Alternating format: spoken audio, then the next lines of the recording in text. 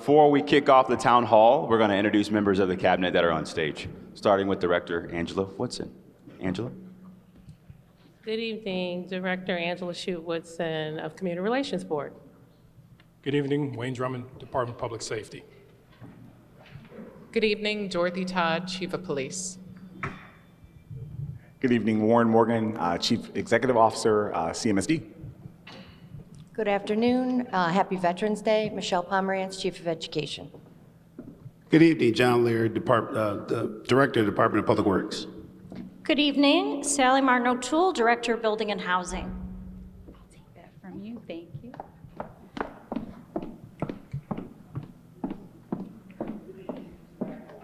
Wait for the mic back. We're gonna have a few other folks introduce themselves, just a second. There you go. Good evening. I'm Matt Cole, the Director of Human Resources.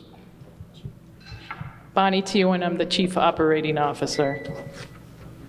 Paul Barrett, Director of Finance. Kim Roy Wilson, Director of IT. Stephanie Ornette, Chief of Innovation Technology Officer. Jessica Trevisano, Senior Advisor, Major Projects. Liz Crow, Director of Urban Analytics and Innovation.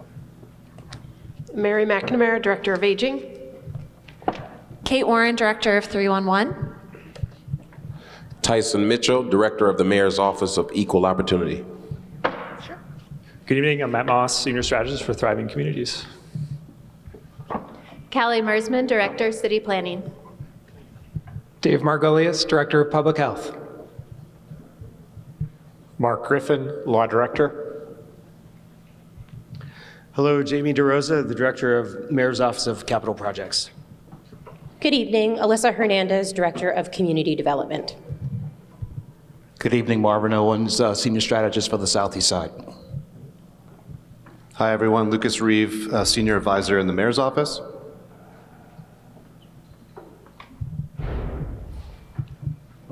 Christopher Chapin, Deputy Commissioner, EMS. Hi, I'm Marty Kane, Director of Public Utilities. Delonte Thomas, Chief Ethics Officer. All right, I'm last one.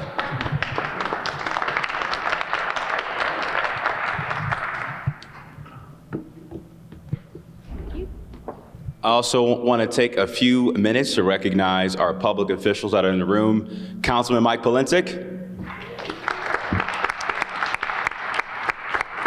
Councilman Brian Casey. And we have two members of the CMSD Board of Education in attendance. Our board chair, Sarah Alicott. And board member and also Collinwood resident, Caroline Peak. And we have one more person I'm missing, folks, in the back. Oh, Councilman Harrison, I didn't see you. Councilman Harrison, give him a round of applause. Thank you, Councilman, appreciate it. So I want to just spend a few minutes talking about why I'm supporting CMSD and the board with our Building Brighter's Future Vision. Then I'll have Dr. Morgan also share a few words, and then we want to get right to your questions because I'm not here to talk, I'm here to listen and answer your questions. 4 years ago, when I ran for mayor, I heard a lot of complaints about CMSD, about the challenges that we faced as a district. And let me tell you what I heard. Number one, I heard there was a need, especially in this community on the east side, for more robust high schools and trades programs in this part of the city. The other thing I heard from many parents across the community was we wanted to make sure that our children didn't have to take 2 buses or 3 buses to get to a good, high-quality middle school, elementary school, or high school. We also heard many issues around safety and security for our scholars. And I don't take lightly that I have mayoral control of the schools. It's a moral obligation to me as the mayor of this city. And I believe that regardless of where our children come from, regardless of their zip code, they are entitled to a world-class education. But we've experienced over the last several decades a lot of headwinds that have made that promise challenging. Number one, in the early 2000s, we had roughly 70,000 scholars at CMSD, 70,000. Right now, we have roughly 35,000. That means our footprint and the number of students that we have has declined by 50%, while that footprint has remained the same. Secondly, we're seeing a lot of cuts at the state level and federal level, undermining our ability to provide high-quality education to our scholars across the city of Cleveland. I know change is very hard. I know it's hard to walk away from great memories that we have in this building alone. But let me give you a data point about what's going on in this building specifically. The average daily attendance rate at Collinwood High School right now is 96. 96 scholars are coming to this building every single day. And this building was built for roughly 1,100 scholars to walk the halls of Collinwood High School. Think about that for a second, folks. And it costs the same amount of money to keep the heat on, and I know it's hot in here. It costs the same amount of money to make sure this place is safe. It costs the same amount of money to have great teachers and great principals and great custodial staff. And that's the story in a lot of our schools across the district. And so what we are committed to doing is this. Number one, no child in this district should not have Algebra 1 before high school. It should not be acceptable that our scholars aren't getting Algebra 1 before high school. Number two, all of our scholars have access to dual enrollment for college and career readiness. They should have access to band, sports, arts, PE. That's what's going to make our district better and more competitive for the next generation of scholars. And that's the commitment of the Building Brighter Futures plan. And so while I know this change is going to be hard, I'll tell you this. Number one, in partnership with the board and the leadership at CMSD, we want to make sure that every family has customized, individualized attention as we begin this transition. Secondly, we've expanded the school choice portal to 8 weeks this upcoming academic school year to give parents and families more time to plan for this transition. We're going to work with our families on an individualized transportation plan as well to make sure you have what you need as we contemplate this transition. And what I'm excited about is the fact that by 2031, we're going to have a brand new high school in this neighborhood that's going to offer trades, that's going to offer career tech, that's going to offer more college and career courses so our young people have the skills they need to be competitive. And so with that, I want to have Dr. Morgan just say a few words, and then we'll get right to your questions. Dr. Morgan. Thank you. Mayor Bibb shared a lot of the context of the challenges we're facing, and I'm going to talk a little bit more about that in a moment. But I want to start with just thinking about my own experience. When I was introduced to this community as a CEO a few school years ago, one of the things I shared was I do this work for kids like me. And when I think about my own high school experience, where I went to a high school predominantly black students, urban neighborhood, so when I see many of our scholars, I see myself in them. But I also know that I had the opportunity, I took Algebra 1 in 8th grade, which allowed me to take pre-calculus my junior year, calculus my senior year. I was able to learn an instrument and be an all-state musician playing on the stage of Peoria, Illinois, by being an all-state musician, by having that opportunity. Being able to do interscholastic sports, being able to do all of these different activities, because those were opportunities were afforded to me just by showing up to school. They were free programs that my school offered.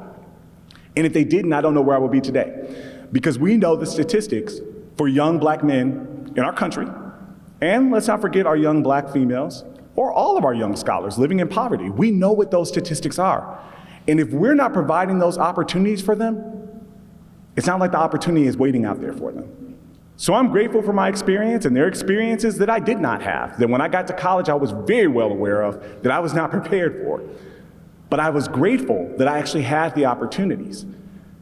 And when we think about today, in CMSD, in our current context, even with all the academic progress we've made, we were proud of that 3-star rating in 2024.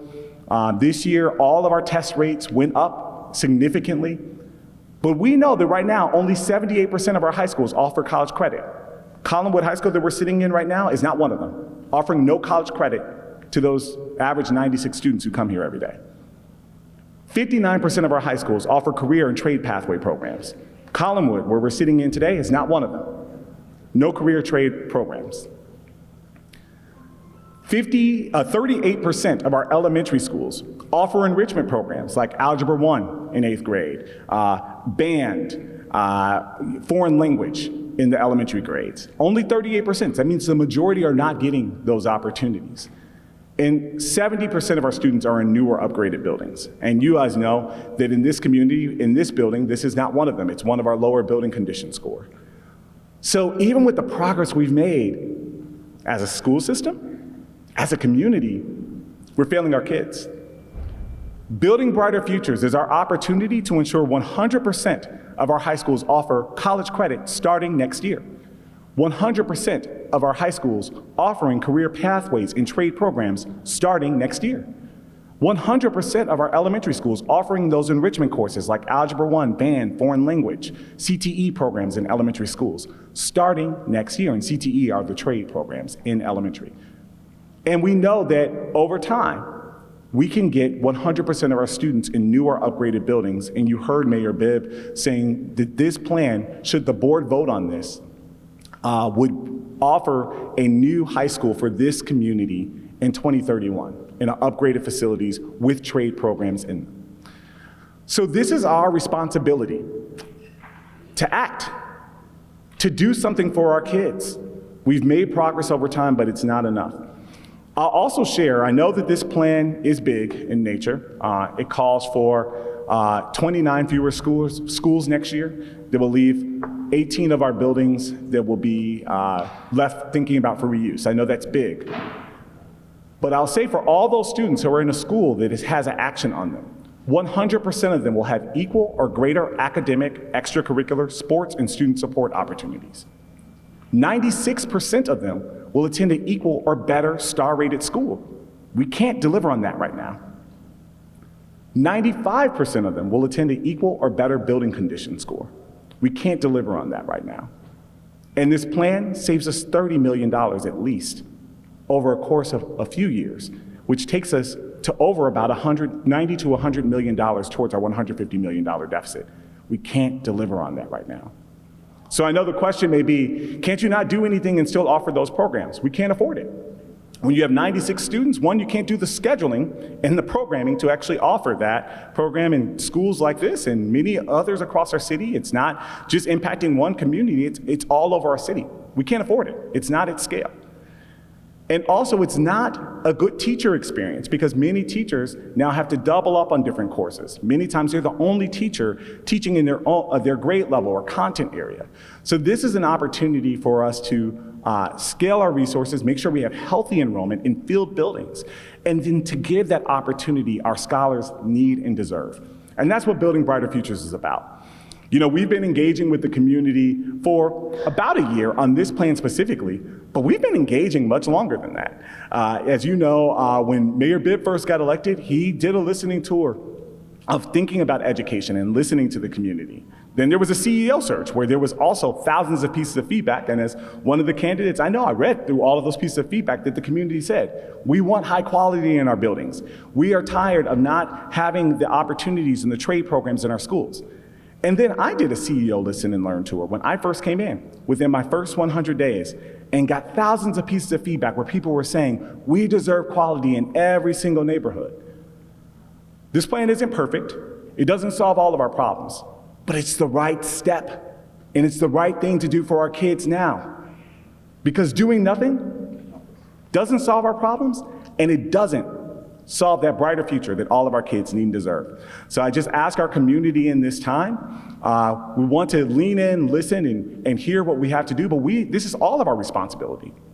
Of course, as the education system, we are in charge of educating our scholars and providing the best education that they need and deserve, but this is our community, and it's up to us to ensure all of our scholars in the city, no matter where they live, their background, what school they attend, have access to a high-quality education. Thank you so much, Dr. Morgan. Okay, we'll start with questions. Thank you, Doc. Councilman Polensek. Thank you, Mayor, and I thank you for coming out with your team. You are in a historic building here, the great Collinwood High School, and I had the pleasure of attending this school. And I've also had the honor of being inducted into our Hall of Fame. So let me just say this, Mayor, and CEO Morgan, and everyone that is here. I represent presently the 8th Ward, and come January 1st will be the new 10th Ward. I want to express my complete and total opposition to proposed closure of 3 elementary schools in the northeast side here and Collinwood High School. Mayor, I want to make it perfectly clear to you that I believe you're being misled by CMSD administration with regard to the northeast side of the city, which includes the St. Clair Superior neighborhood, Forest Hills, North Glenville, North Shore Collinwood, Collinwood Village, Nottingham, and Euclid Green neighborhoods. What is being proposed by CMSD comes on the heels of 28 schools being closed already on the east side. 28 schools you closed already, okay? Which is enclosed. As a result, neighborhoods such as St. Clair Superior, Glenville, have been totally destabilized. In fact, Glenville has lost 22% of its population in the last 10 years. The proof is in the pudding. We've gone from 33 council wards, and now starting January 1st, we'll go to 15 wards, which we have lost the equivalency of 2 wards on the east side in the last decade. Now CMSD is proposing a closing of Euclid Park Elementary School, Hannah Gibbons Elementary School, Kenneth Clement All-Boys Leadership Academy, and once was the largest high school in the state of Ohio and the pinnacle of vocational technical training programs on Cleveland's east side, our beloved historic and landmark Collinwood High School. I cannot understand for the life of me who came up with this called plan being billed as building brighter futures. The new Ward 10 is referred to now as the middle neighborhood. We are on the edge of cities of Euclid, South Euclid, Cleveland Heights, East Cleveland, and Bracknell, Mayor. The plan is presented incredibly and proposes the closure of Euclid Park and Hannah Gibbons Elementary School, both newer schools, which does not mean, what does this mean for our community? 2 new schools. You asked us to support the levies, we did. Yep. And we're paying the highest property taxes. Councilman Polensek. Yes. Get to your question. Okay, my question, well, Mayor, the question is this. Has anybody looked at the northeast side, the map of all the charter schools that ring our neighborhood? Yeah. You close Euclid Park, you close Hannah Gibbons, you close Kenneth Clement, and now Collinwood, and with this wonderful plan. How long have we been hearing about this with Glenville and Collinwood? Where are you going to build a new school? Yeah. You strip Collinwood, Dr. Morgan, CMSD Mayor, strip Collinwood of all the vocational technical programs. ROTC, the pool sits empty for what, 8 years? I could go. So the question is this. You're going to drive, Mayor, you're going to drive the Dr. Morgan and the school board. You're going to drive people into the charter schools and out of the neighborhood, just as you've already done on the east side. You're going to destabilize our neighborhoods. Thank you. Thank you. And I see nothing in this plan, Mayor, and that's what I'm saying. I don't believe they're giving you the full picture. Thank you, Councilman Polensek. Thank you, sir. Well, let me address your questions and concerns. Yeah. First of all, and I want to thank the voters for electing me to another 4-year term, but I've only been in office, I'm in my 4th year as mayor of this great city. I know you've been in council for nearly 50 years. And let me just tell you this. Over the last 2 decades, across the entire city of Cleveland, we've lost 20% of our population. 20%. Throughout that same time horizon, we've lost 30% of all traded sector jobs across all 17 wards across the city. Because of that historic population loss, as you know, council went from 17 to 15. How do we get there? Let me tell you how we got there. Number one, we as a city failed to make hard choices about our economic future. Number two, we didn't have an economic game plan to compete with our peers in Pittsburgh, in Indianapolis, in Nashville, in Detroit. And thirdly, while we've made great progress under the Cleveland plan, and now we're making good progress under Dr. Morgan's leadership, we need to make more urgent progress to have a competitive urban school district so we can keep families in the city of Cleveland and not lose them to the suburbs. So let me talk about what we're doing with your support and partnership to reverse that trend. Number one, I want to thank you, Councilman Casey and Councilman Harrison, for supporting our $50 million investment fund. That's going to create more jobs in this neighborhood. And right now, we have nearly 100 acres under contract to develop in Collinwood to bring more jobs back to this neighborhood. The second thing we're trying to do, and listen, when I was running 4 years ago, what did you tell me? Mayor, we need a trades program on the east side in this neighborhood. And guess what? In 2031, who's going to deliver on that? CMSD is going to deliver that trades program in the northeast side of the city. Then, thirdly, the other thing that you told me to do, Councilman Polincic, is if you close Collinwood, have a game plan for this building. So by the first quarter of next year, working with my administration and CMSD, we're launching an RFP to make sure that this land gets developed to help accelerate the change and transformation of this neighborhood. Now, you may be smarter than me and have a different solution, but I don't know about another solution that's going to close a $150 million deficit. I don't know of one. If you have one, I am all ears. Dr. Morgan is all ears. Our board is all ears. But here's what I'm not going to do. And I didn't do this on the Browns. I'm not outsourcing our destiny to this state. I'm not outsourcing our destiny to the federal government. The things we can control, we're going to do our damnedest to control them to the best of our ability to deliver a high quality public education that our young people deserve now more than ever in this city. And we're making those hard choices right now. Mayor, Dr. Morgan, you want to talk about the elementary school component of this? Yes, the one thing I want to share is Kenneth Clement is not closing. Kenneth Clement is getting a new building. Kenneth Clement actually has the lowest building condition score of all of our elementary schools. And so Kenneth Clement is not closing, is getting a new elementary building. You're moving. And Where to? Yes, that's part of the plan. So make sure if you have not been on our website, and I know you were at the board meeting, it was a lot that we shared there, but it's being moved to the east side at Mary McLeod Bethune building. And so the same thing with when we think about the Stonebrook White building is getting a new building. For years we've needed a new building at the Michael R. White. It's going into the Stephanie Tubbs Jones building, being named Michael R. White Montessori, and also keeping Stephanie Tubbs Jones' name on the FDR building. So we are having those objectives for kids who have not had a good quality building. And we've heard in this community about the Kenneth Clement building. So it'll be a new building. I also want to name, and we've talked a little bit about this, about over years of development, about more schools being built on, we have more schools on the east side than what we do on the west, and our population is actually a little smaller on the east than what it is on the west. What this plan would do with the 45 elementary schools we will have, there will be about an equal number of schools on the east and the west side. So this plan delivers that scale, and then also making sure that those quality programs are here. So I know that there's a sense of loss and change that we'll have to do, but I too echo what other solutions do we have to achieve the savings, but then also, let's not forget the number one objective, to ensure it's a brighter future. We can keep the building open. If these kids aren't learning, if they don't have trades, if they don't have academics, if they don't have enrichment courses, they're not going to be productive citizens. And I know you would want that But for your Mr. community. Mayor, and to Dr. Morgan, we repeatedly ask, as you know, over the years, for the trades. We ask for cosmetology programs either here or at Glenville. We asked for that, Mayor. And guess what? And we wouldn't get it. They wouldn't give it to us. Through this plan, you're getting it through this plan. Cosmetology is coming back, yeah, right? we're getting it now. On the east side. But at the end of the day, east side. listen, I would just ask you, Mayor, to do this. And again, there's other people who have questions. I would ask you to get in a car.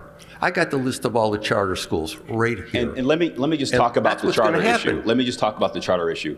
This is why we are going to have a game plan, and we have a game plan immediately for the 18 school sites that are closing to repurpose them to advance neighborhood and community development, because I don't want reckless charters that we can't hold accountable to take over these school sites. I want to use those school sites for broader development in our neighborhoods. That is the plan. That is the plan. But it's also, Mayor, the charters that are already open around us in Euclid, East Cleveland. And our the kids best are going to thing, go there. Councilman, and the best thing we can do is make CMSD the best damn school district, so those parents choose CMSD over those failing charter schools. I look forward. That's the goal. Again, I'm going to end because I got people. Yep. I'm going to ask to meet with you privately to talk about this, because you need to see the research that we've done looking at what we're faced with here. I am greatly concerned, as I said before, about destabilized neighborhoods in Euclid Green, in Nottingham, in Collinwood Village. Understood. Neighborhoods that will be destabilized and families are going to leave or, again, move out, flee. So we have to look at the big picture. It's just not about education. It's about neighborhood stability. And I'm greatly concerned what's happened to the east side. Just look at Glenville as a result of the schools being closed, how the North Glenville has been devastated. And I'll leave it at that. And again, I'm looking forward to ongoing discussions here. Thank you. This is where the rubber meets the road. I agree. Okay? Thank you, sir. And I don't want to have to go to the mattresses, okay? Let me tell you it that way, okay? We don't want to go to the mattresses here in Collinwood. We want you to understand the big picture we're confronted with. Thank you. Understood. Thank you, sir. Councilman Conwell. Thank you very much. You know, I'm disappointed, and I'm disappointed with you, Mr. Mayor, and I'm disappointed with you, Dr. Morgan. I reached out to you 2 days ago. You know why? When I was walking in my neighborhood, people stopped me and asked me the questions about Mary Bethune. Couldn't really give them the answers. You know why? Because you guys made this plan in the back room. You didn't bring in Cleveland City Council members. We shouldn't be here asking you, no, let me talk. We shouldn't be here asking you questions about a plan. When you make plans and you do projects, you bring in team leaders with you and you bring in community stakeholders so that we can know the way. The people, they're your bosses. These are your board of directors. When we push issue 49, we got together with key stakeholders and parents, but when that's all over with, you went out and you did it in a vacuum by yourself. We're feeling the pain right along with you. And when you say, Mr. Mayor, all these things that you promised your bosses, your board of directors, we should know the way already. You had the pastors right there while we were campaigning on Tuesday to push this issue forward. And me and this man right here, Councilmember Mike Pulisic, we didn't know the way. You got to bring your key stakeholders in because we know about Collinwood. This man graduated from Collinwood, which is a historical community. Glenville is a historical community. You got to talk with us. And then we tell the people and we bring them in and they know the way because you're building your case. You're building your case of what to do. Now, this is in the way of you building your case. Now, let me do my conclusion. When Dr. Sanders was here, he did the same thing. When he was here, he did the same thing. And the reason why I said that several times, Dr. Morgan, the people didn't like it, and guess what happened? They got rid of Sanders, Dr. Morgan. They got rid of him. And the same thing with historical knowledge. When Barbara Byrd Bennett was here, she tried to do a transformation plan the same way, and she excluded her bosses, the people. Councilman Conwell, do you have a question, sir? I'm telling you, we should have been in there, and why not? We were not included, and now you telling us so we can like your plan, but you did not include the people. Now, I'm going to do my conclusion because you know I'll call you in the morning, 2 or 3 o'clock in the morning, because I'll be mad about something. I'll do that. You got to let the people know. Mr. Mayor, this man, 50 years on city council, he could have told you the issues and concerns about Collinwood. Historically, you're right. This is history, before you was even born, this man was in office. And when you make a plan, you gotta know the way.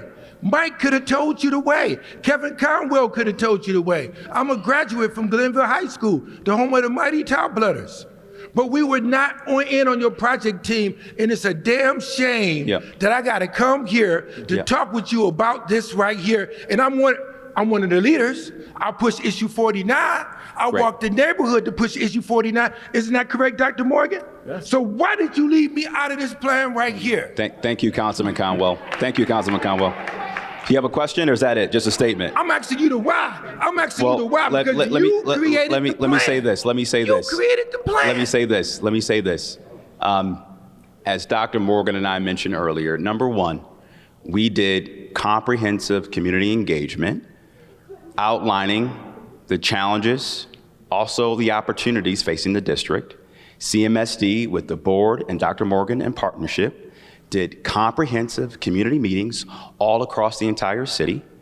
Dr. Morgan has briefed the council president, members of council, as well as Michelle Pomerantz, our chief of education, every step of the way in terms of how we got here, the challenges ahead, and what's needed to make sure CMSD is in best-in-class district. Yeah. Now, there are more stakeholders in the city than city council, and I support the partnership. You all are a co-branch of government, but at the end of the day, we did comprehensive community meetings, community engagement. The board has transparent, open meetings to the entire public where city council can come and give public comment and give insight and feedback. And that's also what we're doing here today. So as we can talk all day about. But Mr. Mayor, sir, when you start executing the plan, you didn't bring us in on the execution of the plan. And that's a part of talk with Councilman people Conwell. in the beginning, but Councilman it's not Conwell. You Councilman know better. Conwell. You know just like I know. Thank you, sir. You Thank didn't you. include us on the execution. Mr. Houston, you're up next. Thank you, sir. Thank you, Councilman Conwell. Councilman Conwell, thank you, sir. Execution is two different things. Okay. Thank you, You sir. got the mic and you can say all of that, but I can go right along toe to toe. Wait a minute, right along with you. It's the execution of the plan that you should have had city council right in there and said, we're going to execute this plan. We're going to bring the pastors in, council members, and then you can tell your people which way to go. Thank you, sir. But you didn't do it on the execution. Thank you, sir. Appreciate it. Mr. Houston? We'll talk about it more. Yeah, go ahead, Dr. Morgan. There was only a couple of things I wanted to respond to that. One, before we actually went out and did our engagement in the spring, we met with all the city council. Both of you, as well as Mr. Councilman Polinsik, were there. So I do appreciate actually getting a chance to meet with you, getting your feedback, and talking with you as you do this. And guess what? We have a lot to implement moving forward. And the way Councilman You was going to Polinsik, put in the execution of the plan, you didn't mention you were going to integrate Collinwood with Glenville. And in the execution of the plan, you didn't mention yeah. that you were going to put Senator Clement, I'm going to let you talk, Yeah. with over Mary McLeod Bethune. That's the execution. This is the execution You're not part. talking with a dummy. I understand policy. No, the only thing I was going to say is this is the execution part of the plan. And the final thing I will say is I came here to do good work for kids and to improve the system. I'm not here to be popular. So, Excuse me, Councilman Conswell. Yeah. Sir, Yeah. sir, excuse me, sir. Yeah. Let's be respectful to everybody in the room, sir. Okay? My name is Darrell Houston, and I've been a pillar of this community for 57 years. Okay? And I want to thank everybody that came out to participate in this forum.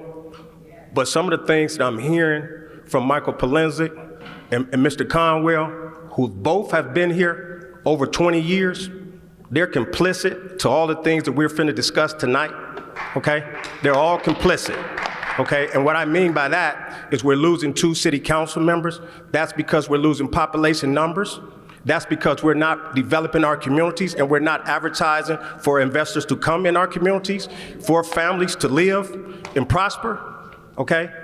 I believe in you, young man, and I told you that in a meeting, and I'm telling you out loud. I've talked to the chief of police. I've talked to Mr. Drummond. I've talked to Ms. Garcia. I've talked to every single individual within this city that had any authority to make changes, okay? I am not going into another 36 months if we don't have drastic changes. You did not get dealt a fair deck, okay? I'm gonna give you that. You inherited a lot of this BS, okay? And I think you have done a great job with that, and I gave you a C+, you remember?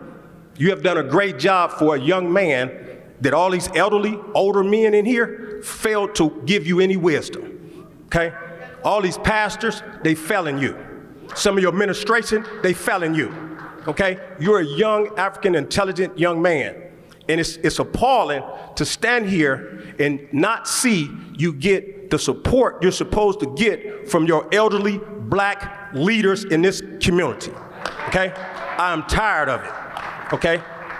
Now, what's going on with this school system that I want to point out to make it very clear, this is an historical school. Glenville is an historical school. JFK is an historical school. And I'm going to ask you guys to consider this one good thing here, sir. Be careful about merging these young children together. We have situations going on out here that you're not going to be able to handle. Thank you. Okay? Thank you, Mr. Houston. I want to talk about what Mr. Houston is alluding to, especially around safety. That's correct. And the work that we've been doing to plan for safety as we contemplate this proposed plan that the board has to approve to merge some of these high schools and other schools. We had a shooting in 2022, I believe, at John Adams High School. And what led to that shooting was they were hanging out by the bus stop, the RTA bus stop, outside of John Adams. And issues popped off at the bus stop.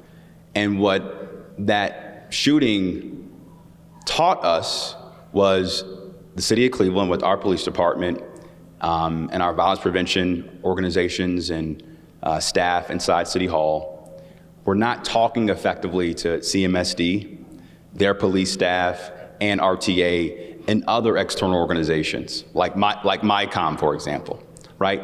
Since that shooting that happened at John Adams, we have a quarterly meeting with the city of Cleveland, CMSD, RTA, CMSD police, Cleveland police, and other key external organizations. We meet quarterly talking about what are we doing to have an all-of-government approach around young people around safety. What has happened as a result of those conversations and meetings? Number one, for the first time in history, RTA is now coordinating bus schedules with the start and closing of schools. It was never done before. It was never done before.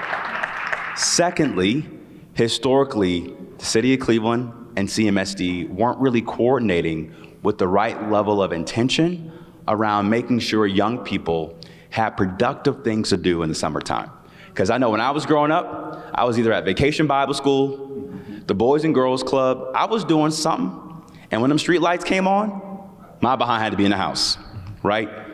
This past summer, with coordination with CMSD and City Hall leadership, we engaged and touched 11,000 young people and kept them off the streets this summer.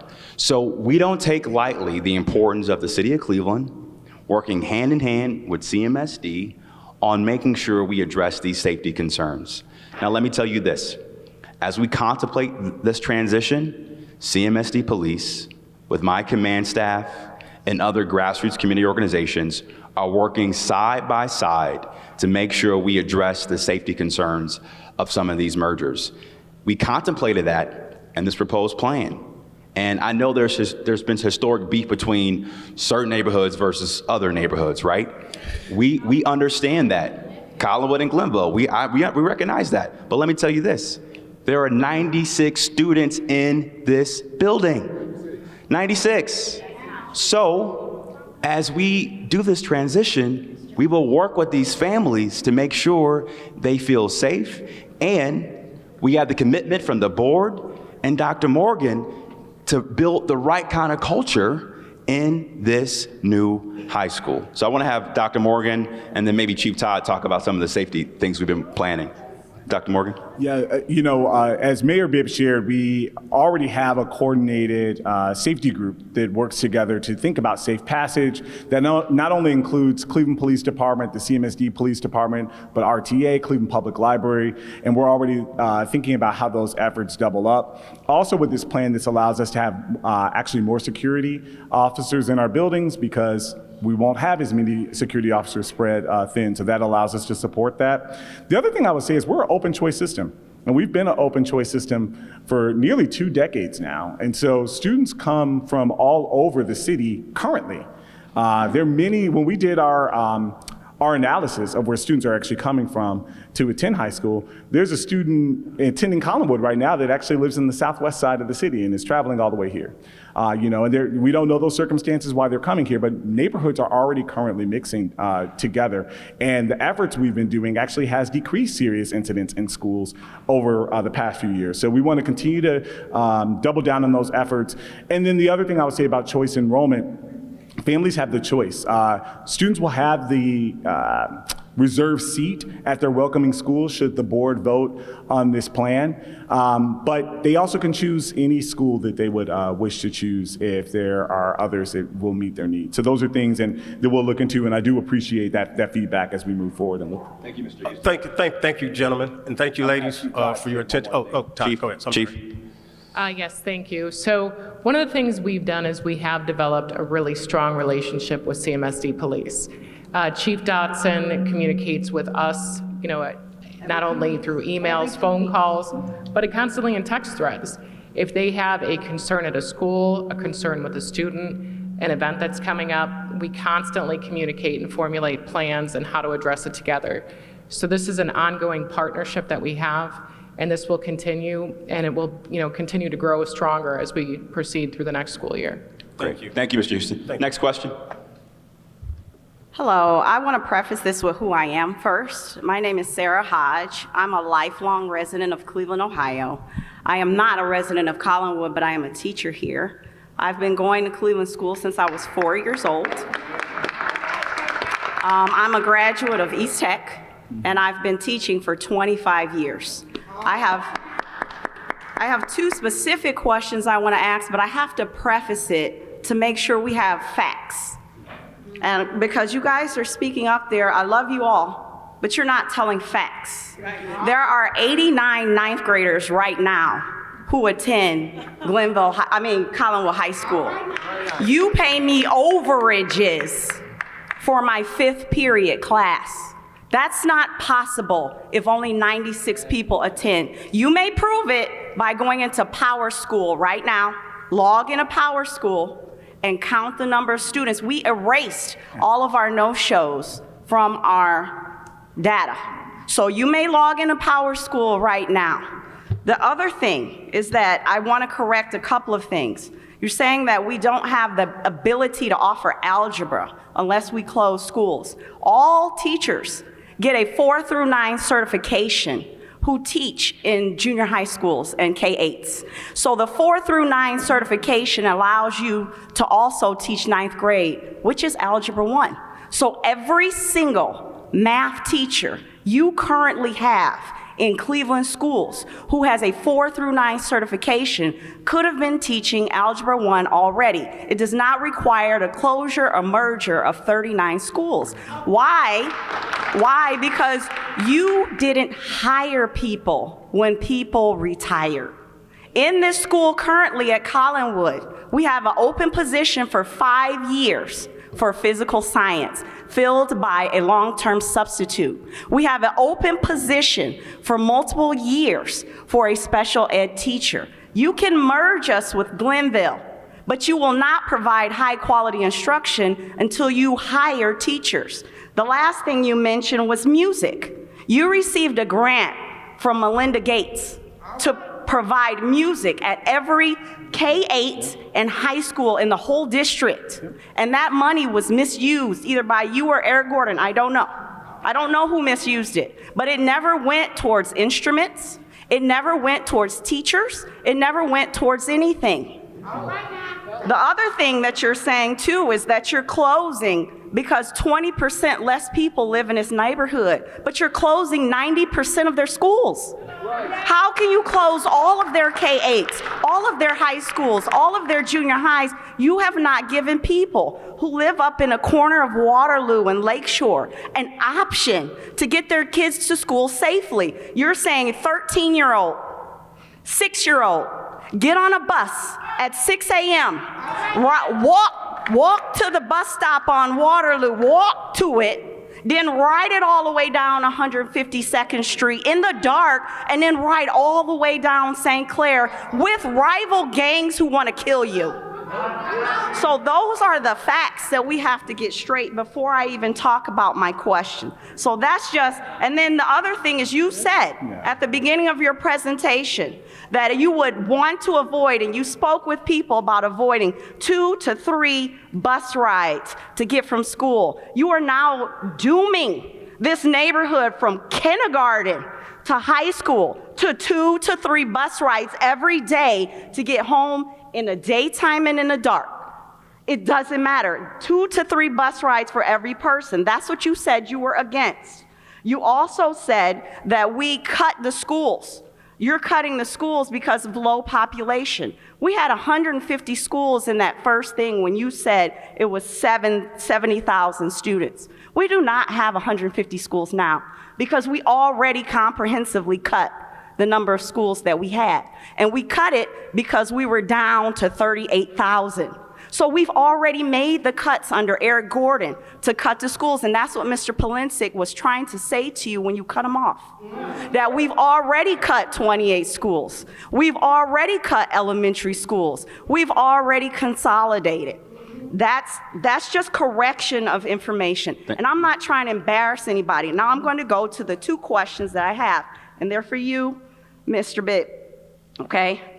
The first question is, what oversight does the mayor plan to offer for the budget of Building Brighter Futures? And I say this because the district's own data said that this school year, 2025 school year, the district was supposed to save $61.8 million by reducing extended day, all year schools, by reducing central administration, office administration, and by doing all of that, they were supposed to have a savings of $68.1 million.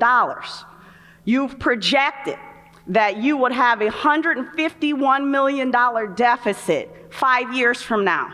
But in the year 2023, this district had a surplus.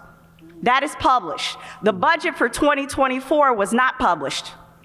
So it has not been transparent. And that's what Polinsik and all the council people are saying, has not been transparent with the public about what the actual budget is. So my question to you, number 1, because I got 2, is what oversight do you plan to offer for real budget hearings that take the $1 billion budget, $1 billion that the school district has to educate 35,000, the $1 billion budget, what oversight do you plan to offer for that with real budget hearings, real dollars, real receipts that sit down and look, is it necessary to destabilize the city, or can you save money in a different manner?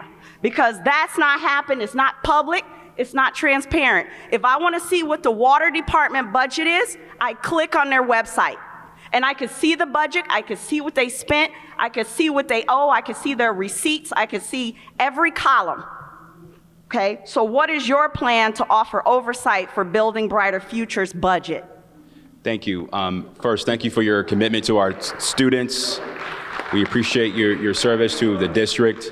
Let me just say this. Number 1, when I made the comment about an average daily attendance rate of 96, that was not saying that that's the number of kids in the building. That's saying the average number of students coming in the building every single day. Secondly, let me be clear.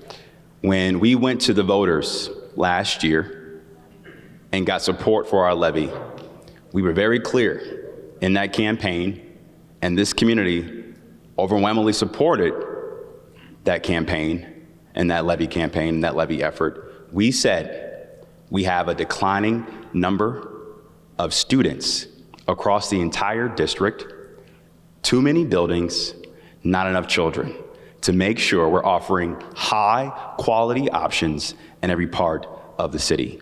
That's the intent, and that is the goal of this plan. Now, in terms of your second question about the oversight. It was only one question. Well, I got it. Let me get to your other point about oversight of the budget.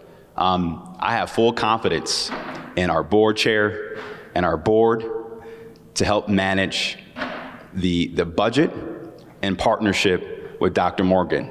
I will tell you this, and I'll be very frank about this. We got hundreds of millions of dollars to go to this district during the COVID-19 pandemic, funding called the ESSER funds. And guess what we did? And I wasn't in office when this happened, but guess what we did? We spent money, right? And didn't attach an ongoing revenue to keep that funding sustained, right? So we were spending money that we know we couldn't afford once the ESSER funds went away, right? Budget 101 says if you have an expense, an ongoing expense, match that expense with ongoing revenue. That's why we passed the levy. We didn't do that. But to your point about the levy campaign was a stopgap. It wasn't a solution. You know why? Number one, in this state, the U.S. Supreme Court has determined how we fund public education is what? Unconstitutional. Number two, we're spending billions of dollars in corporate welfare on vouchers and not funding in public education in cities like Cleveland across the state. And then thirdly, we have an administration in the White House that wants to dismantle the Department of Education. So that's less money for special ed and CMSD, less money for out-of-school time programs at CMSD. You didn't answer and guess the question. What? The question was, how do let me finish. You plan to oversight? You said the board. Can I finish, ma'am? Can I finish, ma'am? Can I finish, ma'am? The state is not coming to save us, right? And so I want to have Dr. Morgan talk about the budget measures. The question was to you. He is the CEO of CMSD, and he will talk about the budget measures they've deployed and executed to make sure the district is on a sustainable financial future. Dr. Morgan? No, and Mayor Bibb answered quite a bit of some of the things I was sharing. Thank you, Ms. Hodge. I always appreciate your leadership and yes, also I have another question, being here as a teacher in Collinwood. And since you talked about some facts, I also wanted to make sure some of the facts were the full picture of the facts were shared there. So, Mayor Bibb also shared about the average daily attendance. So that's not the total number of students, but that's the average daily attendance. So two things can be true at the same time. I remember coming to visit a class here once. I visited an English class where there were 3 kids that I observed there that day. I don't know how many were on the roster in Power School, but 3 kids field that came. trip. So we do need to make sure that we have, the kids actually have a really strong education. The other thing I'll mention, you mentioned about music. So we do have music in every single elementary school, and we're proud of that, and we continue to. But if students want to play an instrument, or if they want to be competitive in choir, we don't have the ability nor the scheduling to offer that. The same thing with Algebra 1. You're right with those 4-9 certificates. With such a small population, in some of our elementary schools, there's 20 students on that roster, 2 which may qualify for Algebra 1. You can't actually do a scheduling like that. And one of the agreements that we have, we don't want to ensure that there's not virtual instruction for Algebra 1. So to ensure that there's a period, you do need to have more resources and to scale your resources. So 2 things can be true at the same time. You're right about those licenses, and it doesn't mean you have the operational efficiency.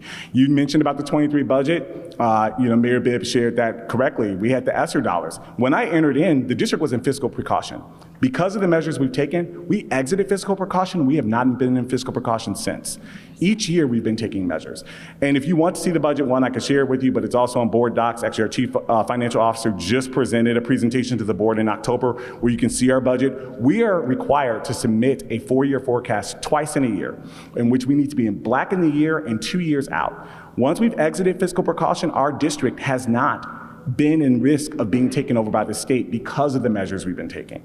And that shows not only the measures we've taken when we lost ESSER funds in '24, it shows also the measures we've taken to consolidate this calendar. You talked about that, the extended day that saved us $27 million over 3 years. We changed our school-based funding formula. That saved us $20 million over a year. Building Brighter Futures will save us $30 million over a year. So you're kind of seeing the math as it adds up when we think towards that 150. So I just want to say, you shared some facts. I just wanted to add some color to the facts there, because 2 things can be true at the same time. But I appreciate you. 2 things cannot be true at the same time. Thank you, ma'am. We appreciate it so much. We got to make time for the next question. I'm going to ask it. We got it. No, I'm going to ask the other question. It's not a big deal. You You have time to close us. You have time to put our cleaners out of work. You have time to put our lunch aides out of work. You have 5 seconds to listen to my other question. My other question is asking about the fact that at what point do the leaders that all sit up here of the city of Cleveland plan to allow parents and communities to have a legitimate mechanism for oversight for how their tax dollars are spent concerning the schools? Currently, we have mayoral control of the schools. And the reason I address my question to you, Mayor Bibb, is because you are the community oversight. You cannot say it's the board's job. Because if the board messes up or if they make a mistake, I'm not done. There has to be community oversight. That's the purpose, to make sure the best use of tax dollars happens. However, in Cleveland, the people are disenfranchised. They cannot vote for school board. They have no PTA, no SPOs, no SCCs. All they get is a community meeting that you guys referred to with a PowerPoint lecture and a physical index card that they get to write questions on, that some of them get answered and some don't. For example, today you guys don't even have a sign-in sheet to call people back with the questions that they wrote so that you can answer them. You're supposed to have a sign-in sheet for everybody. That's part of a meeting. I believe there's a sign-in sheet. Okay, so my question is, we spent $50 million per year, because that is the levy from November of 2024, will provide you an extra 8.6 mils, $50 million per year, and $295 million in bonds to replace, rebuild, and repair schools.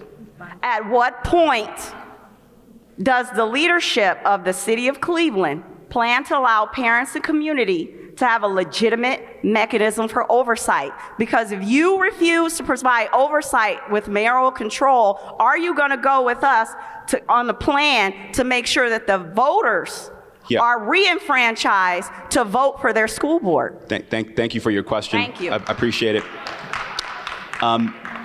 In my earlier comments, ma'am, I was not saying I'm outsourcing my oversight.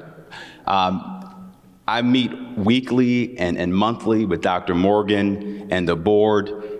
We work in partnership to make sure we have the best outcomes for children. That's why we're supporting Dr. Morgan and the board on the Building Brighter Futures plan. And listen, the voters of the city always have a choice. They always have a choice. I'm a big believer in democracy. And so if the voters of the city want to have an elected school board, then let the voters decide that. But right now, there is mayoral control of the schools. And now I'm not objecting my responsibility in leadership. Me being here today, taking your questions, is a part of that leadership.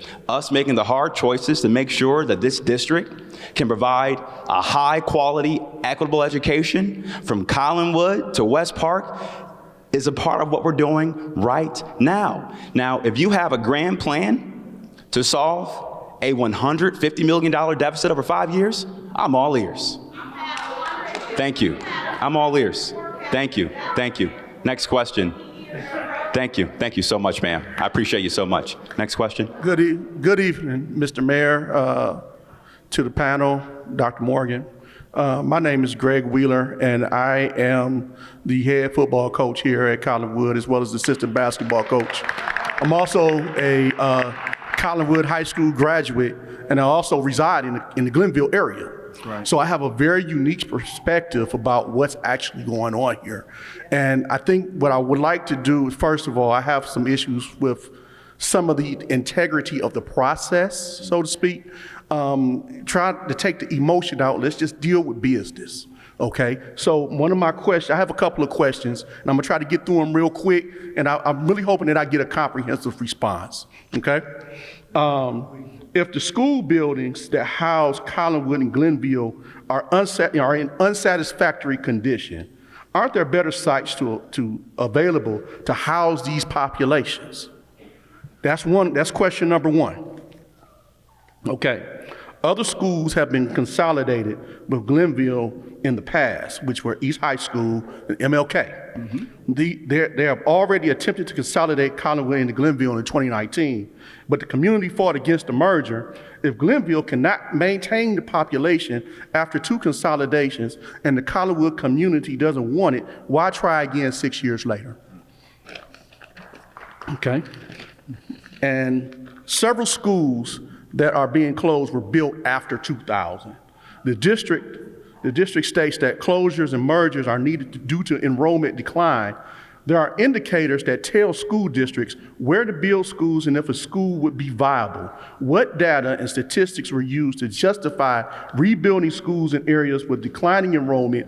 Who should be held accountable for this error? Thank you, Coach. Dr. Morgan? Yeah, thank you, Coach. I appreciate your leadership on and off the field and really enjoy our new facility, the football stadium that we have right across the way. A few things I want to share in addressing that. So you mentioned about school buildings in this area. There are no quality school buildings for the high school students when you're thinking about that, which is one of the reasons why we have to build and thinking about that for the future. Both Collinwood and Glenville. Collinwood has a little bit better of a building condition score. Glenville has a little bit better of a building condition score than Collinwood, but both need work, and our scholars deserve more. When we think about the historic decline in birth rates, which is the main driver of our enrollment decline. Our data shows that families are choosing CMSD consistently over the past 5 or 6 years. The main driver are birth rate decline. So you're right, East High, MLK, and there was a time where there were more students for that. And now between the two campuses, we're stretching resources thin to the fact that students in this building don't have college and career opportunities. And so we're not even able to provide that opportunity to them, because we're not able to scale. We do have some programs over at Glenville in terms of the career. We have no college readiness programs at Glenville. So actually when we bring them together, we'll have that opportunity to do that. And so that is the brighter future part, because I understand there's emotion attached to this. And one of the things I was sharing there, and I didn't get a chance to really finish up with Councilor Conwell, I know that these are tough decisions. And I came here to do good work for kids. And I know that they're tough decisions that come, that come along with it. And I wish I wouldn't have to make all the tough decisions. No one walks into a role and says, hey, I need to make all these tough decisions, or I have to make all of the challenging things. That's not fun. And no one wants to sit in it. I don't think any of you would say you would want to be in my seat right now. But our kids deserve it. Our kids deserve it. I can't look at the kids that attend here or other schools and say, you're not getting that opportunity. I can't in good conscience lead a system that way. And to that point, this is our community. And we all should be looking at ourselves in any seat that we're saying our kids deserve better. They need more. And so that's why we're doing this plan. So you mentioned the school buildings, you mentioned, there was a last question that you mentioned about, was it about oversight? Yes, the last question that I had for you was, there are indicators that where to build schools, and over time, I know there are forecasts, and things of that nature. Based on neighborhood, yep. Okay? So we're talking less than 20 years in, and we're closing new buildings. Yep. Okay, that's an issue for us, because when you came to us as taxpayers, we supported that with the understanding that we would have the type of resources that we needed in our neighborhood. And now we turn it around in a very short period of time, and that's being taken away. Yeah, I know, yes, you're absolutely right. And some of these are newer buildings. When we started segment 1, that was almost about 25 years ago. So for a lot of us, that does feel recent. 25 years ago, that's a generation. The kids now who are in school now weren't even born then. And one of the things I want to level set now by saying this plan won't solve all the issues. I know that 10, 15 years from now, someone's going to say, what were they doing? They should have taken off more buildings offline. Because the decisions you make the best decisions given the information you have now. We've already showed that 20 years ago, we had 70,000 students. That was the other thing Ms. Hodges mentioned about the number of buildings. Yes, we don't have 150, but we have over 100 programs for 34,000 students. That's not an efficient model. When I look at some of our high schools that are on the same campus, we have multiple high schools on one campus where you have 3 principals, sometimes in that school, multiple APs in that school, a dean. I don't know a high school in this country that operates 8 to 10 administrators for under 1,000 students. It's not efficient. I don't know a high school in this country. And so we have to look at our models and the work that we're doing, and this is the model and the analysis that we're doing, and it will change over time. We are looking at demographic analysis to see where the students are. I do know that there's some investments on the southeast side and different things like that, which is why there's an opportunity with building reuse. There's an opportunity with building reuse should the board vote on this plan to think about how do we invest back into the communities, but also which buildings might we decide to keep online. We have an office space that's down that will end in 2028 that and I've said this when I first came in, that if we hadn't just renewed that lease before I started, our offices could move in some of these buildings and thinking about it. We can have our central office that's even more proximate to the community. So these are things and decisions that are ahead of us, and we are looking at it, but I do appreciate your question. They are not easy decisions, but it's necessary for our kids. Thank you, Coach. Thank you. Next question. My name is LaDonna Wheeler. I am Coach Wheeler's wife. I am not a CMSD graduate. I did not attend CMSD at all. But I have several questions. And I just want to say, I hope you understand why everyone is so emotional, because I was here in 2019 and when we were fighting the merger. And I didn't understand fully until just recently. And let me tell you, there was a whole lot of smoke and mirrors, a whole lot of smoke being blown up in front of us. I'm trying to keep it PG. And, and it did not come to fruition. So, of course, our residents here, we are really emotional, upset, and why we are grilling you so hard, because we want to know, is it going to happen? So, here's my questions. I have 2. Why 2031? Why can't 2028? I understand there's a building already on the west side. What school is that? That's already being built. Yeah, Lincoln West. I mean, it seems like buildings were just popping up over there on the west side. And why is this location, why is the northeast side of Cleveland so ignored? My second question, well, that's my third, it's gonna be my third question. To you, Mayor, and your community development, what is the plan to improve the quality of life on the northeast side of this city? And I mean, not just business, but also the quality of houses. Yeah. Housing. Not just affordable housing, but the quality of housing. We have 100-year-old houses that all of our residents are living in, me included. The house I live in is 115 years old. What is going to be the plan for the community development person, director? She announced herself over there. And I need to know, because Mayor, I'm gonna be truthful with you. When I was in that voting booth, it was pretty hard for me to check your name. It was difficult. It was real difficult because I ain't seen nothing. I did not see any improvement. I didn't see nothing. And the other person that we had to vote against, and I was like, So I'm giving you a D. Right now. That young man said he gave you a C+. I'm giving you a D. A D for distinguished, right? A D that means a whole lot of, you got room for improvement, sir.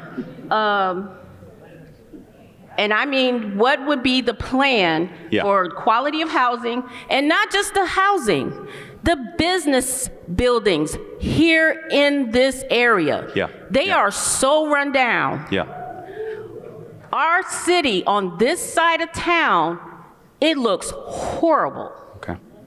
And there's nothing new. Let's get to we got a lot of folks behind you. So what is the plan? So yes. let me. And please don't do that. What is the plan? We need to know the question. No smoke, no mirrors, Gotcha. please. I'm gonna answer your second question first, and then I'm gonna have Dr. Morgan talk about how we work with the Ohio Facilities Organization to finance the new building of all of our schools across the entire city. It's a very complex process. Dr. Morgan's gonna talk about that. Let me address your second question. And number one, we are gonna work to get better every day, me and my entire team. Here's what we're doing around housing. First and foremost, we have finite resources around how do we get more units of affordable and workforce housing developed and market rate housing developed in the city of Cleveland. Here's what we've done to address that on a near-term basis.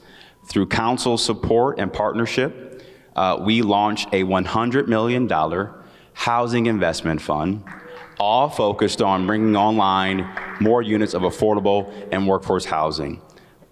Many of those projects targeted in those funds is for the northeast part of the city. Secondly, I would tell you this, before I took office, we had a major issue, and we still do, with predatory, racist landlords preying on our city. And you know what we discovered? We didn't have a lot of tools to hold these people accountable. So we worked with grassroots activists like Ed McDonald, who I see here, many members of council. We worked to pass the most comprehensive piece of housing policy called Residents First. Here's what it does. Number one, we now can issue civil tickets in a court of law to hold these out-of-state predatory racist landlords and investors accountable. Number two, if you purchase a vacant structure or a vacant property in the city of Cleveland, just like the suburbs now, there is a point of sale inspection on the exterior of that property. Thirdly, we now are requiring a local agent in charge. So if you're an investor in New York, or in some cases, we got investors all the way in Australia buying land in Cleveland, China, for God's sake, as Councilman Polinsky mentioned.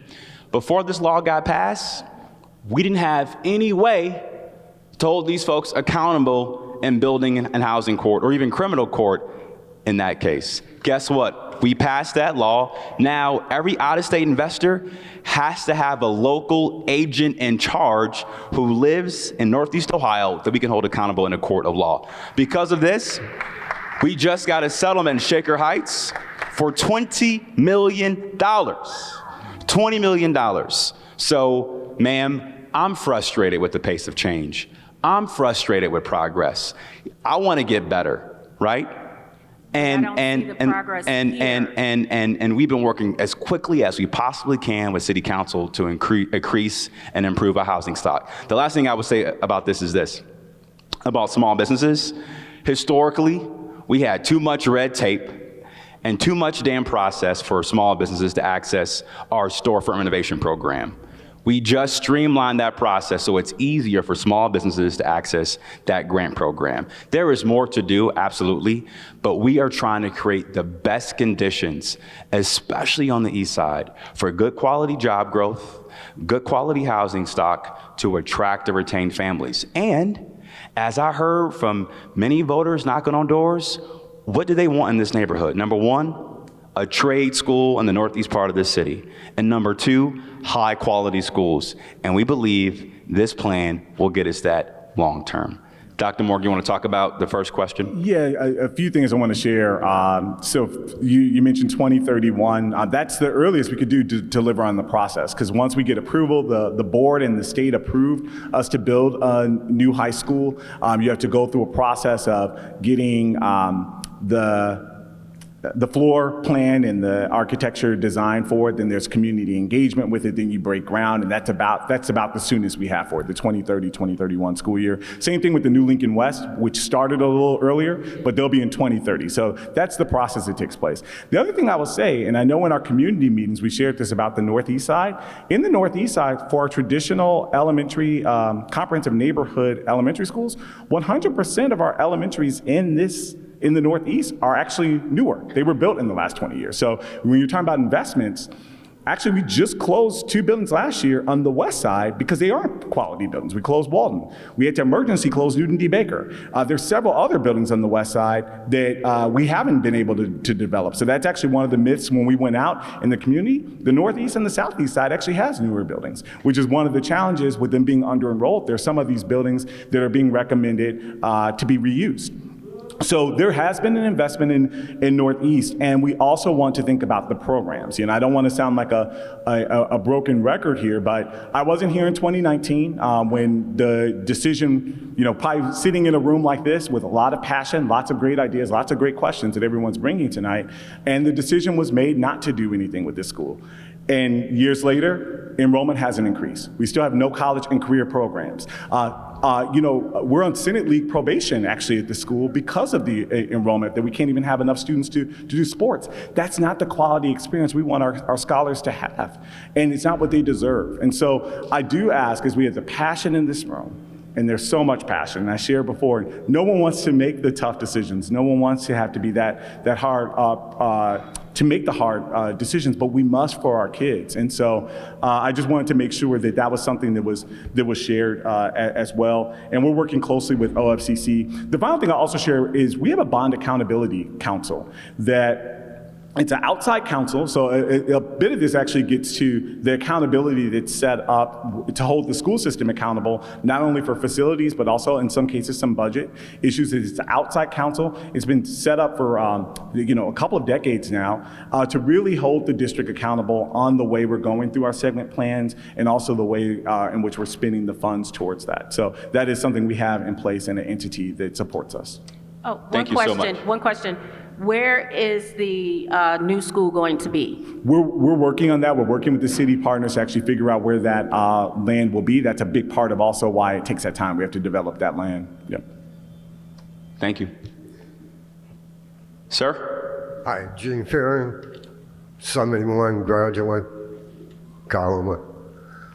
I just want to know, I've been here in the school here since '67. I've been through whatever Collinwood or down in the neighborhood coming up and fighting and all that. I had to leave in 8th grade, went to Max Hayes trade school.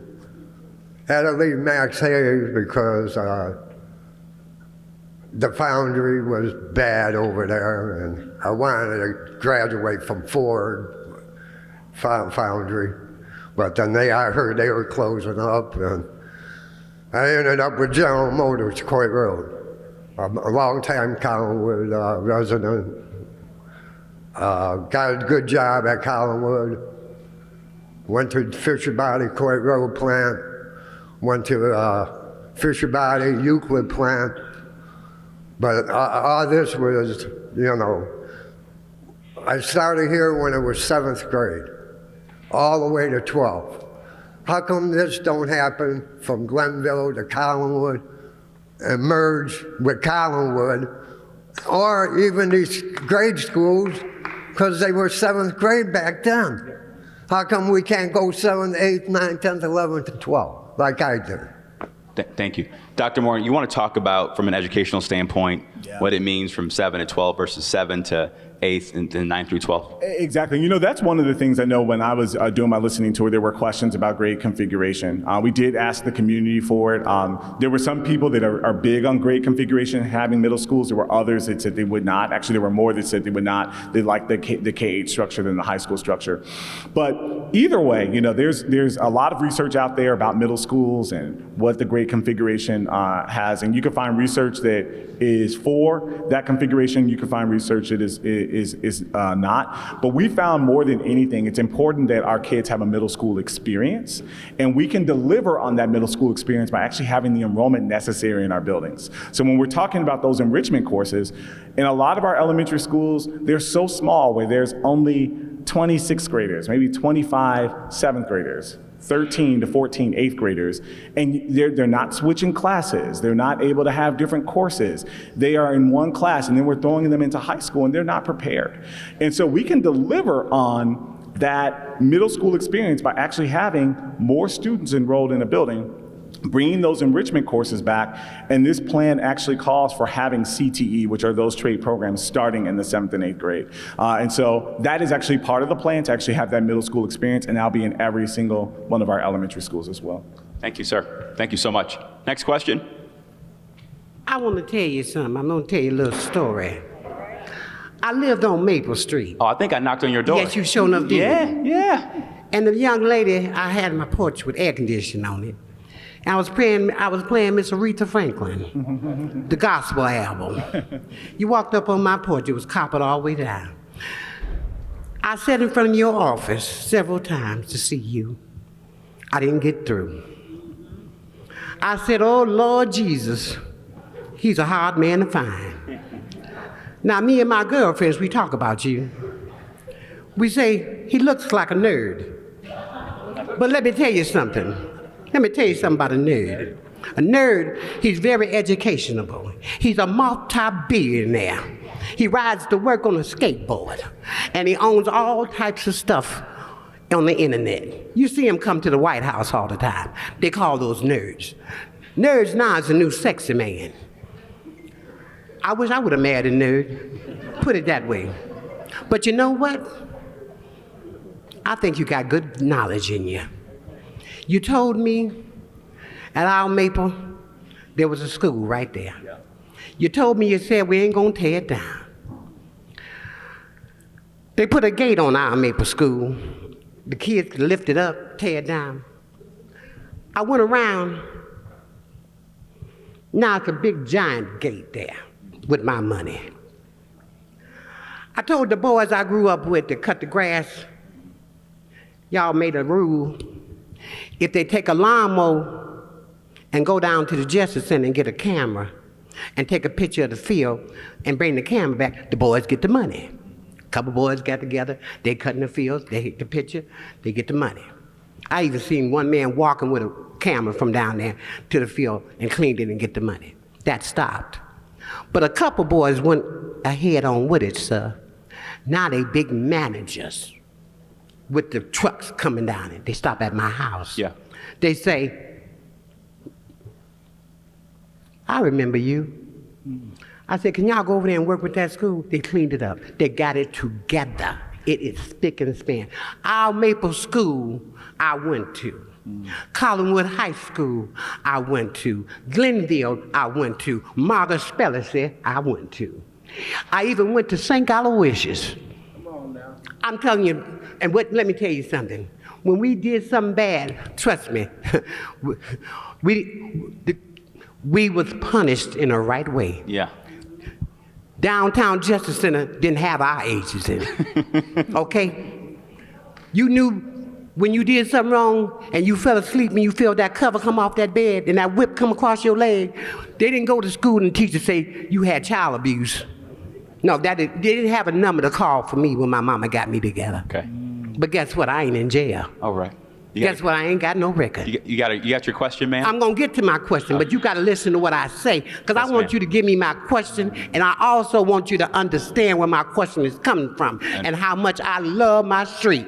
Yes, ma'am. With my money. Yes, ma'am. Now, our Maple School over there was run by Miss Shields. Eddie Road in Bradnall, the exit when you get off there is a good exit. Now, y'all talking about these schools and moving this and moving that. What about the schools that's still there?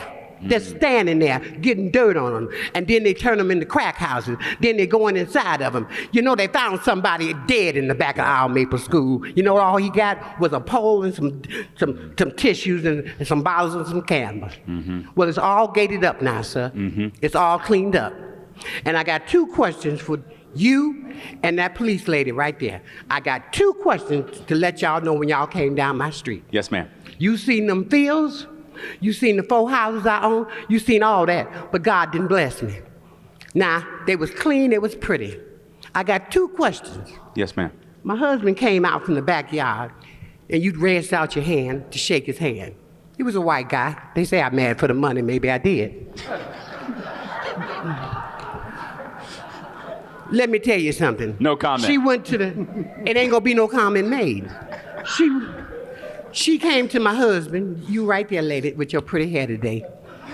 You told me and you told him, You said, and you got on my porch, you said, we're not going to tear it down. We're going to turn it into something different. I said, thank you so much. Now keep your word, because I got all my votes together, and I said, I want you to do this. Don't tear that my school down. Okay. And she said that she was going to turn it into a police academy. You said you're going to try. Yes, you remember me, baby. I know the honey, I know you remember me. I know the and I said, that's a good thing, because you know what? I like handcuffs. I'm telling you, I like handcuffs. So I ain't got no problem with it, baby. All right. I ain't got no problem with it. Yes, ma'am. Okay? All right. I got you. Okay? So Okay? I'm really happy you brought that up. Okay.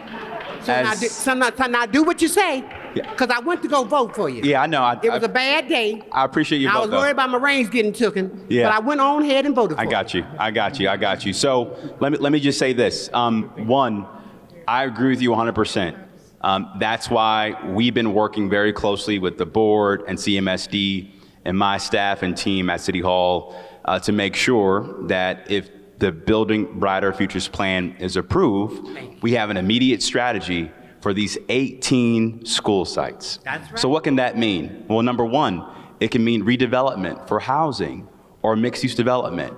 Think about what Brian Casey has done with the old Hawthorne School in West Park. That's an example. Number two, we still have a lot of capital needs for city departments at City Hall. We can use some of those building sites to expand City Hall and expand city services in neighborhoods. Or we need more green space, equitable green space, especially in the east side, right? To enhance the tree canopy. So we want to make sure we will make sure we have an immediate plan for these 18 school sites. That's right. I'm so happy. I'm so happy. Thank you so much. So we have a plan for it. We have a plan. Thank you. You have a blessed day. Thank you. Thank you, ma'am. Okay. How's it going, Mr. Mayor? Good, sir. Dr. Morgan. I'm Robert Gatewood, graduated from Collinwood High School in 2003, graduated Cleveland State, 14. I've spoken with you a few times. I've seen you at every meeting you've had in this building, all three. I guess that's extensive. My main issue, and actually, you guys have a hard job. I get it. You're looking at a district level. You're looking at a city level. But Cleveland is a city of neighborhoods, and each neighborhood's different. And the way you're approaching it whole cloth, I think, is probably a bad tack, but it's yours to do it with. Before my question, I have to take issue with one thing, Mr. Mayor. Please don't refer to our Collinwood building as land. Not land. You may not have meant it, but it was very instructive of how I think a lot of people see this building. It's not just land. It's a historical landmark. It's not going to go anywhere, and thanks to both my council people, Polenzek and Hairston, there's an unwillingness to hear green space, land, sites. That's not what Collinwood High School is. If other neighborhoods don't feel that way about their schools, that's on them, but you're not gonna hear that from us. Understood. Thank you. Thank you for that. I appreciate that. My question, really, given that kind of took me off base a bit, when it comes to an RFP process, similar, I don't know that I'm comfortable given what I've seen. Because again, you guys weren't here when Mr. Gordon and a lot of us here were trying to reconfigure our school. When they tried to close it then, we fought it. Whether we were resourced properly or not is up for debate. What way are you going to make sure that the RFP process is not bog standard, it's not vanilla, it's not Cleveland, it's Collinwood focused? Great. What ways can we understand that that's going to happen that way? Well, the best way I can paint a picture for you is give you a concrete example of what we've done in the southeast side. As you know, we demolished the old JFK High School and built a brand new JFK High School in the southeast. That's not a great example to start with, given where we are. Can I finish, sir, please? You can, but understand. Thank you. So, as we contemplated what to do with the old JFK High School, we had a robust process with the community. We worked in tandem with the council person at the time. We also worked in tandem with the Harvard Community Service Center. Marvin Owens, who is my strategist for the Southeast Side, brought a lot of key stakeholders together.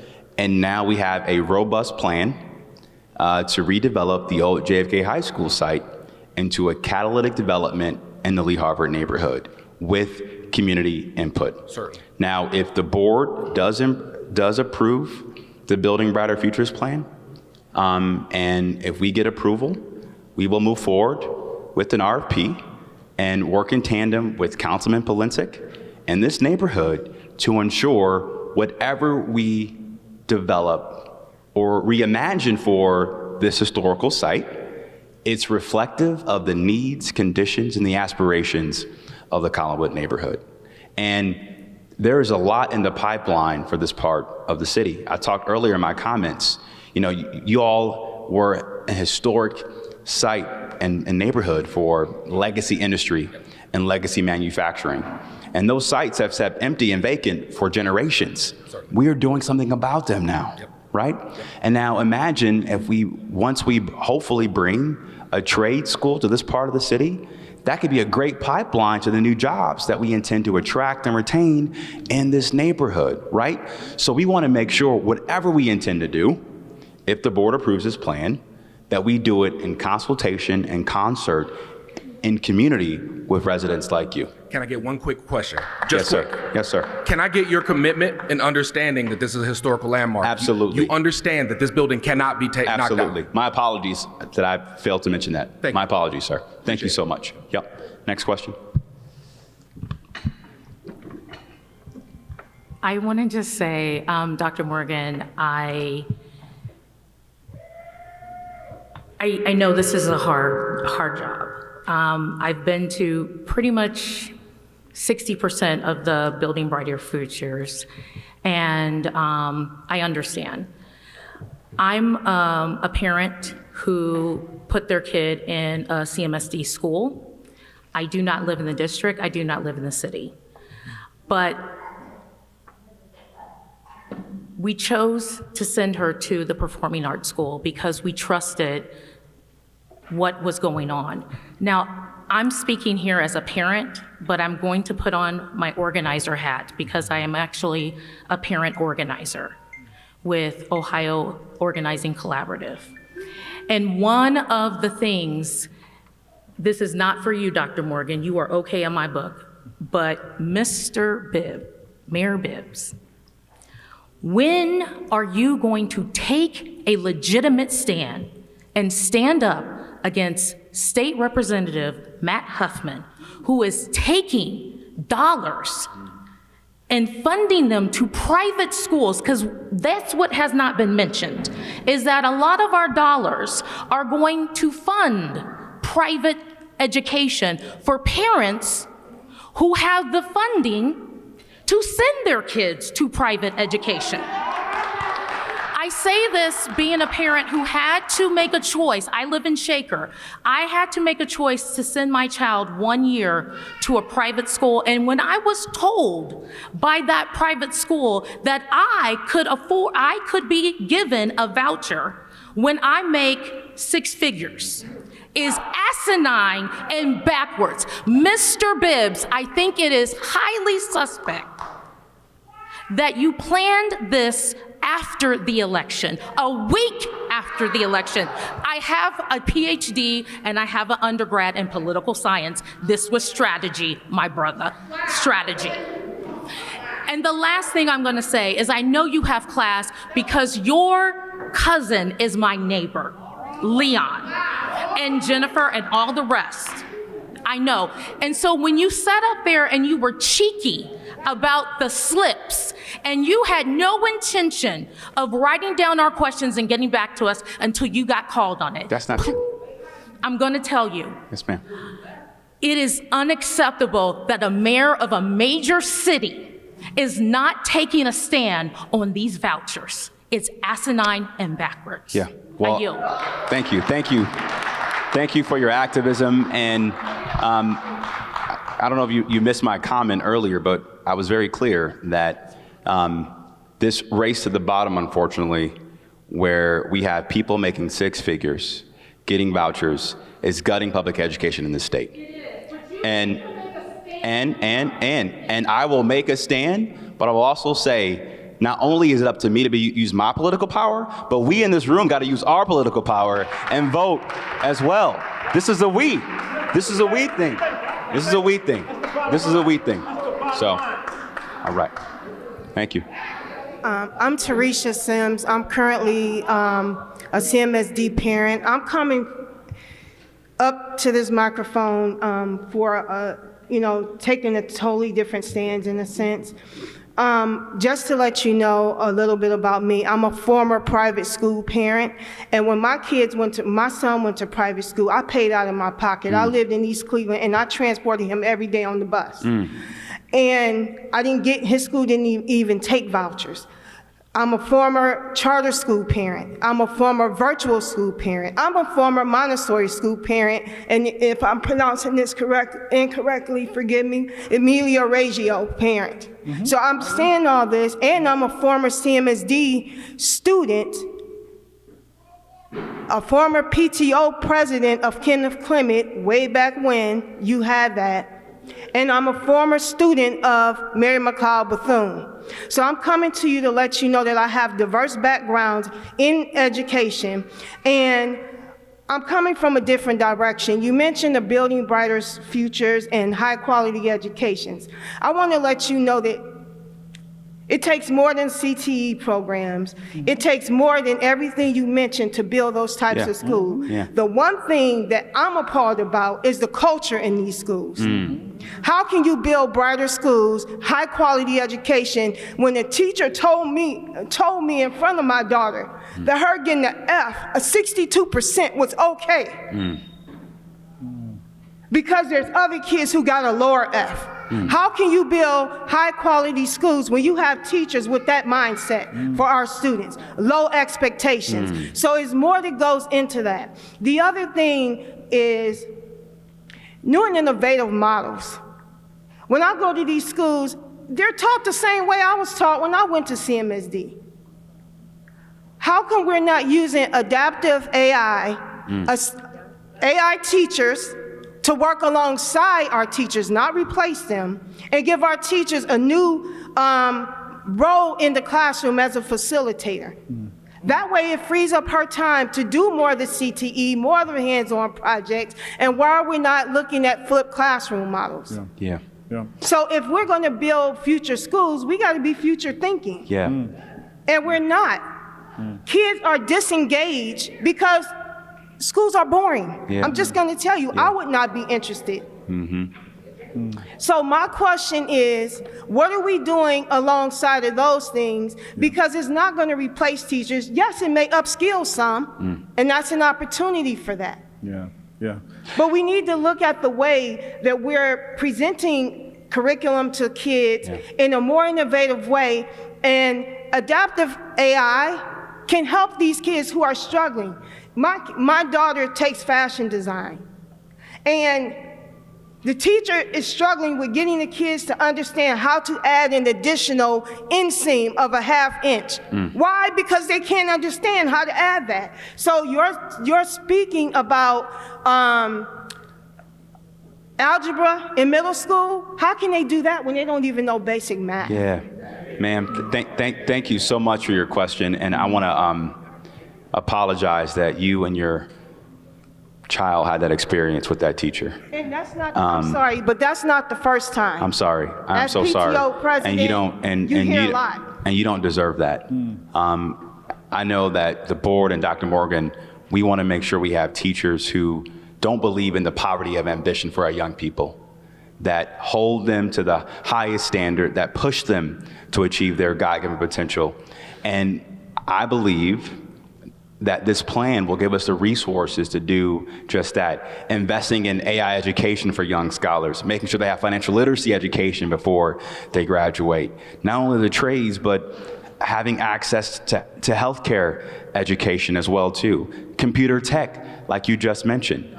That we want to make sure that's available across the entire footprint of the district. You want to talk about school culture, Dr. Morgan, and what you're trying to do around school culture? Yes, well, first I just want to acknowledge, thank you for your question and also your experience. When you said Reggio Emilia, I said you're a real one to know that model. One thing I will say is, a school is more than the programs. So I know with this plan, it brings a program, but it's going to be up to us to implement it. And one of the things you've seen is we've had a strong academic progress over time, but we don't have the programs in them. But what you mentioned more than anything is about a mindset and the culture we have to do. And it's not only with our teachers, I would say in this room, the mindset we had to have as a community. The fact that right now only 78% of our high schools have college credit, and we think no action is okay, that's our mindset. We need to change it. The fact that 59% of our high schools don't have career pathways, that's a mindset. And our kids deserve the best. They can do it.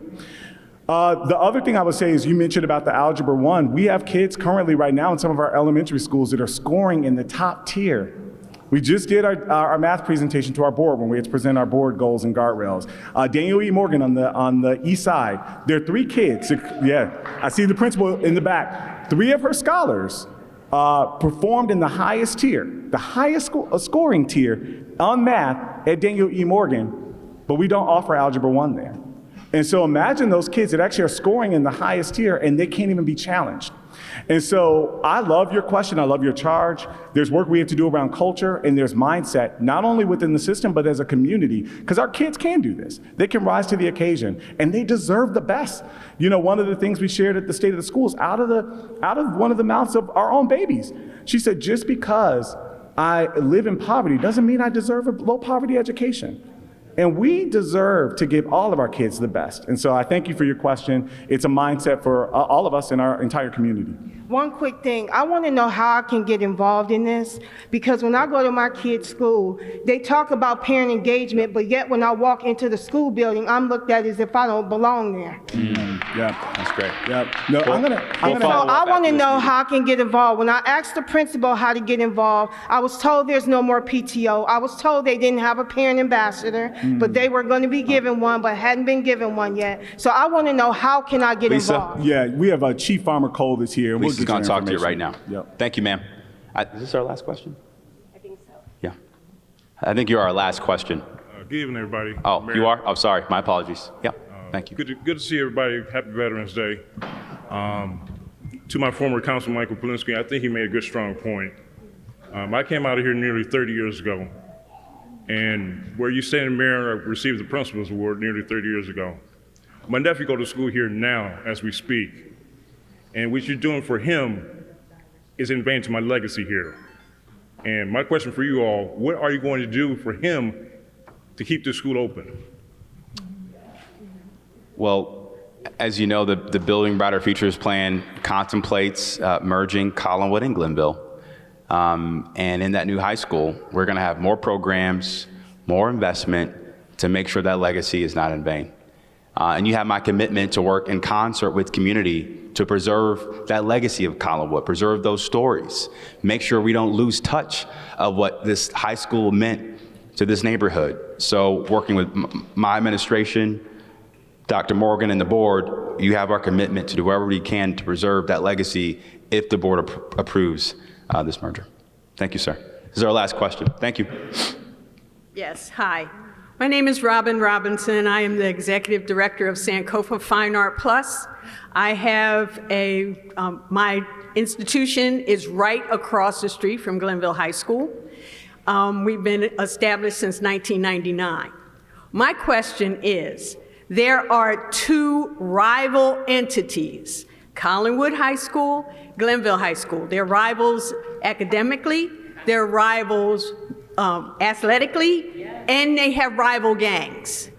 So my question to you is, you're saying that, from what I understand, that there will be a police presence around so that everybody will feel safe and so forth. You have, and you keep saying if, but obviously this is something that's going to happen. Okay? If it doesn't happen today, it'll happen sometime soon. So my question is, because I'm an art therapist, I want to know what you're doing or plan to do from here till fall to get these kids ready to have this merger? Are you going to have some sort of programming, some sort of activities? Summer day camp isn't going to do it.